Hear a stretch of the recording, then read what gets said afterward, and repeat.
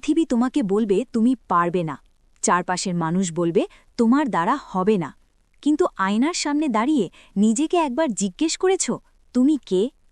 ব্যর্থতা মানেই শেষ নয়, ব্যর্থতা হল নতুন করে শুরু করার একটা সুযোগ।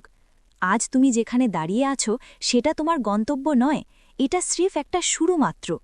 মনে রেখো, ঝড়ের কবলে পড়লে নৌকো চালানো থামিয়ে দিতে নেই, বরং পালের জোর বাড়িয়ে দিতে হয়। তোমার ভেতরের সেই আগুনটাকে নিপতে দিও না, যা তোমাকে একদিন সাফল্যের চূড়ায় নিয়ে যাবে।